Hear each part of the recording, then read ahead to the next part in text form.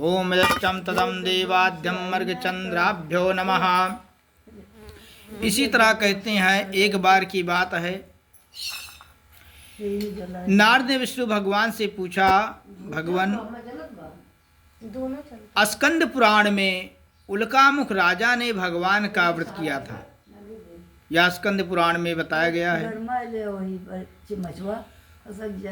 कहते हैं, उल्कामुखो महाराजा निपो जितेन्द्रम सत्यवादी च देवालये प्रतिदिने दिने दत्त्वा सुधी शांतोषी भार्यः सरोजवादना भद्रशीला नदी तीरे एक अस्मिन् दिवसे सत्यनारायणं पूजनम अहम करिष्ये।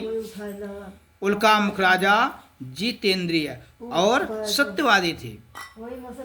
प्रतिदिन मंदिरों में जाकर ब्राह्मणों को बहुत सा दान दक्षिणा दिया करते थे। उल्कामुख राजा की पत्नी भी पतिव्रता थी। उसके पास मात्र एक ही धर्म, एक ही कर्म था, वह था अपने पति की सेवा। एक धर्म एक व्रत नेमा काय वचन मन पदि पद प्रेमा। वह मन से, काया से और वचन से पति की सेवा करती थी, इसलिए उसे पतिव्रता कहा गया।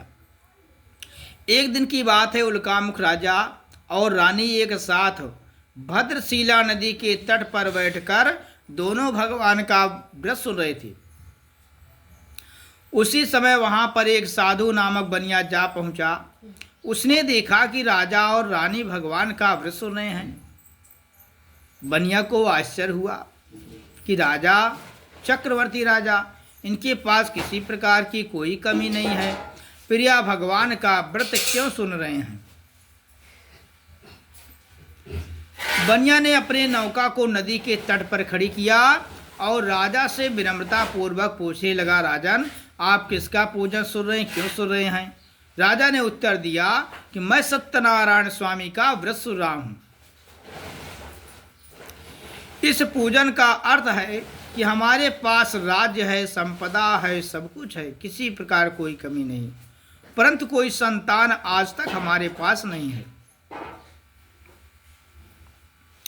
संतान की प्राप्ति हेतु हम दोनों पति और पत्नी श्रद्धा पूर्वक भगवान का व्रत सुन रहे हैं।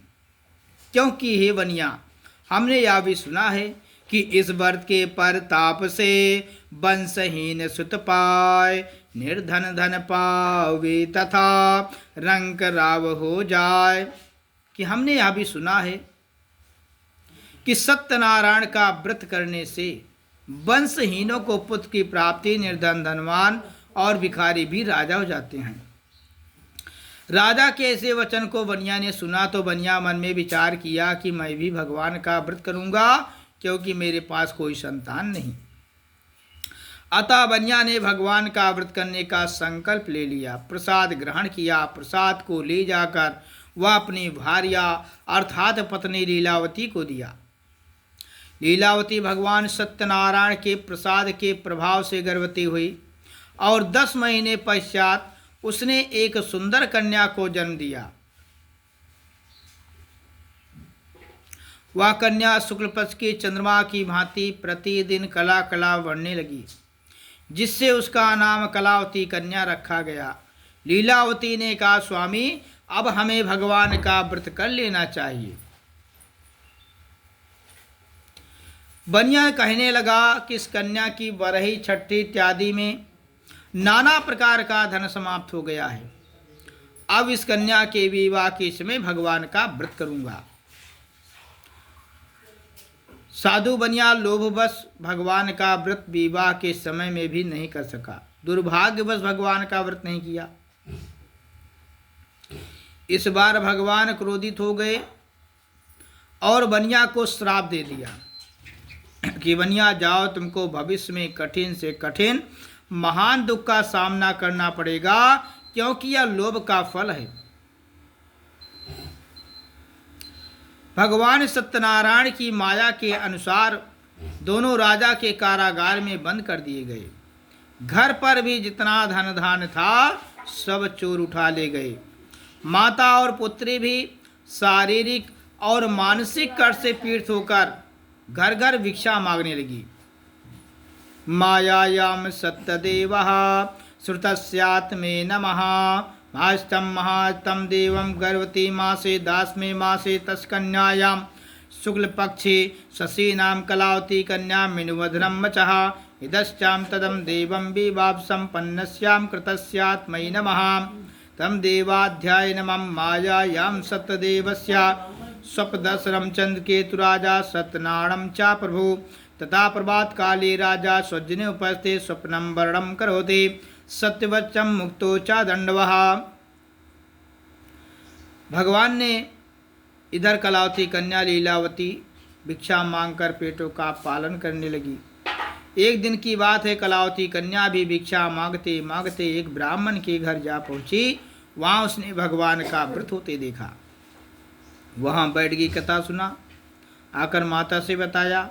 उसकी माता ने उसी समय भगवान का पूजन किया,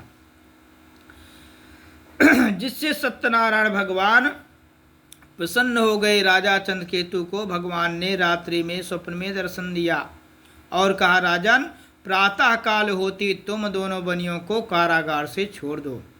राजा प्रातः काल होती दोनों बनियों को बहुत साधन दिया। हीरे रत्न जवाहरात देकर आनंद पूर्वक अपने घर से राजा ने दोनों बनियों को विदा किया। ओम इति स्कंद पुराण रेवाड़ खंडे सत्यनारायण कथायाम तृतीय अध्याय समाप्तः। एक बार बोलो शिवेंद्रावन बिहारी लाल की जय।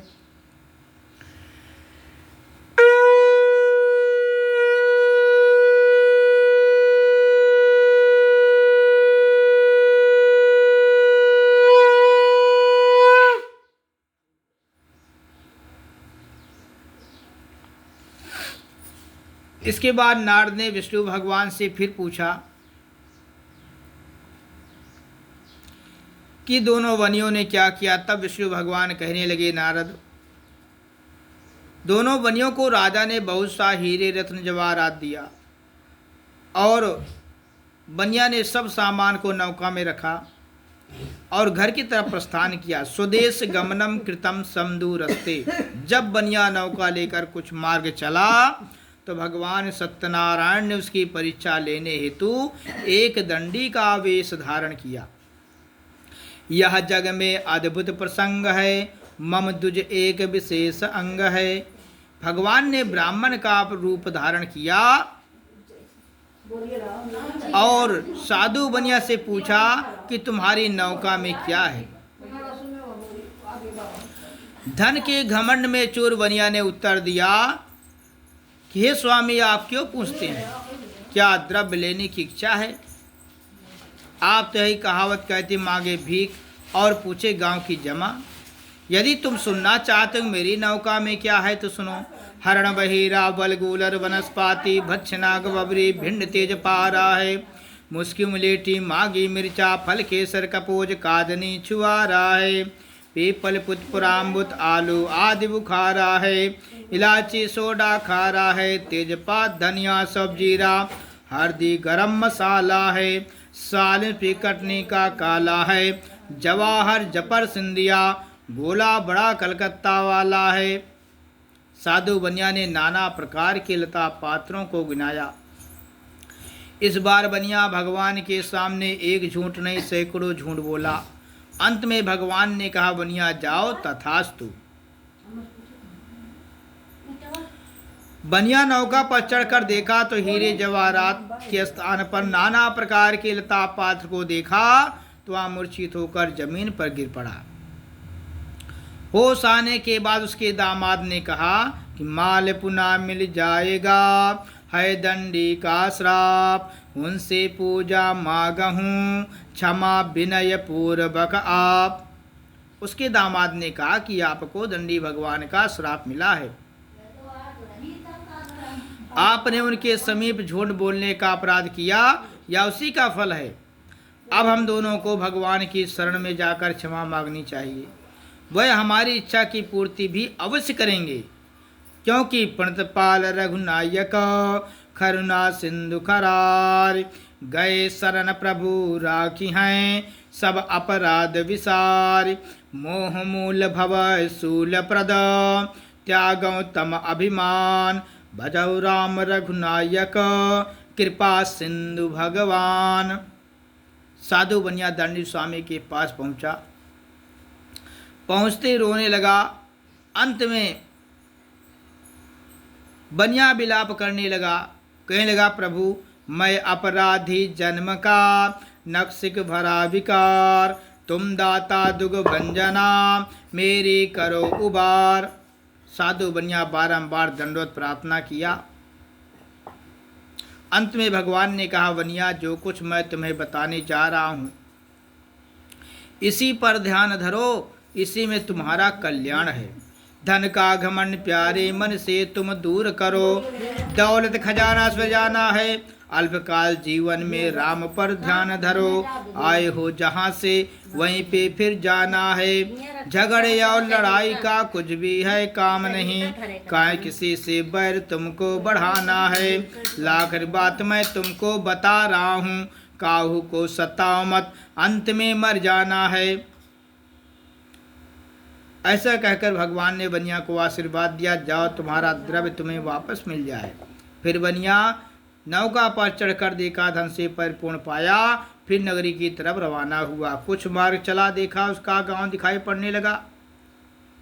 बनिया ने मन में विचार किया कि यहाँ नौका में बहुत सा धन है, हीरे रत्न जवाहरात हैं, इसकी रक्षा कैसे होगी। अतः बनिया ने धन की रक्षा हेतु एक दूत को अपने घर पर भेजा। उस समय कलावती कन्या लीलावती दोनों भगवान का व्रत सुन रही थी। कलावती कन्या से दूत ने कहा कि आपके पति बहुत सा धन लाद कर नगर के समीप आ गए हैं। ऐसा वचन सुनते ही कलावती कन्या ने जल्दी भगवान का पूजन भी समाप्त किया, परंतु बिना प्रसाद को ग्रहण किए वह पति के दर्शन हेतु चली गई, जिससे सत्यनारायण भगवान रुष्ट हो गए। इस बार बनिया के दामाद को नौका द्रव्य सहित भगवान ने जल में उसे डुबा दिया। कलावती कन्या भी पति का दर्शन न कर सकी और उसी समय आकाशवाणी हुई कि साधु तेरी कन्या मेरे प्रसाद को त्याग कर आई है, यदि वह घर जाकर प्रसाद ग्रहण करके वापस आवेगी तो उसका पति निस्संदेह प्राप्त होगा। कलावती कन्या गणमंडल से आकाशवाणी सुनकर घर पहुंची, प्रसाद फिर से ग्रहण किया, फिर जाकर पति का दर्शन किया। तब से वह बनिया हर पूर्णमासी संक्रांत के दिन भगवान का व्रत करने लगा। संसार में जब तक रहा सुख भोगा, अंत में सा परिवार सहित बनिया वैकुंठ धाम को प्राप्त किया। ओम इति स्कंद पुराण रेवाड़ खंडे सत्यनारायण कथायाम चतुर्थो अध्याय समाप्तः। एक बार बोलो श्री सत्यनारायण भगवान की जय।